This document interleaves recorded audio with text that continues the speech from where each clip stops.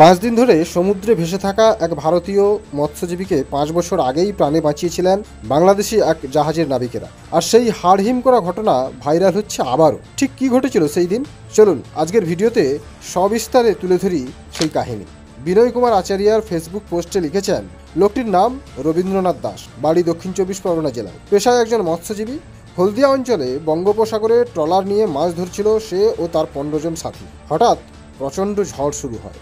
একসময় ট্রলার উল্টে যায়, প্রচণ্ড ঢেউয়ে একজন এক একদিকে ভেসে যায়। রবীন্দ্রনাথও ভেসে যায়। পেশায় জেলে হওয়ায় জলের প্রতি ভয় ছিল তার কম, আর মনে ছিল প্রচণ্ড সাহস।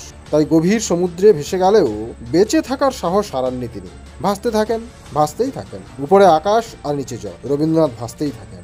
1 ঘন্টা 2 ঘন্টা করতে করতে একদিন 2 দিন হয়ে যায়, রবীন্দ্রনাথ ভাসতেই থাকেন।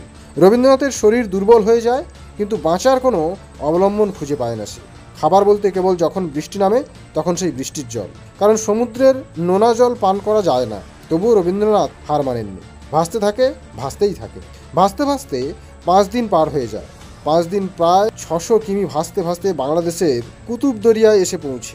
তখন বাংলাদেশের জাহাজ এমভি জাওয়াদের ক্যাপ্টেন অনেক দূর থেকে তাকে ভাসমান অবস্থায় দেখতে পায়। দেখতে পেয়ে তড়িঘড়ি করে তার দিকে লাইফ জ্যাকেট ছুঁড়ে মারে, কিন্তু সে ধরতে পারে না, তলিয়ে যায়। কিন্তু জাহাজের ক্যাপ্টেন জাতপাত, ধর্মীয় ভেদাভেদ, সীমানার কাঁটাতার ভুলে তার পেছনে ছুটতেই থাকে। বেশ কিছুক্ষণ পর কিছুটা দূরে আবার তাকে দেখা যায়। ক্যাপ্টেন তৎক্ষণাৎ জাহাজ সেদিকে ঘুরিয়ে আবার একটি লাইফ জ্যাকেট ছুড়ে দেয়।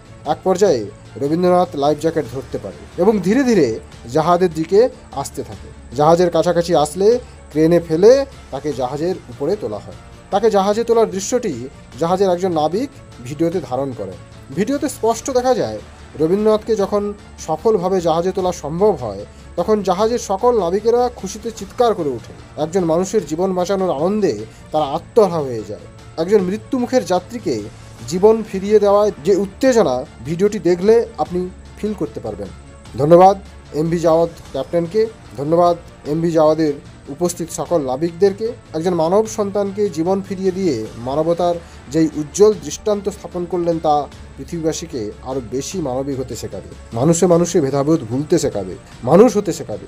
আনন্দ ফ্যাক্টরির পক্ষ থেকে বাংলাদেশের এমভি জাওয়ানদের ক্যাপ্টেনকে জানাই আরও একবার অসংখ্য ধন্যবাদ। সেই দিন আপনাদের জন্যেই রবীন্দ্রনাথকে ফিরে পেয়েছিল ভারত।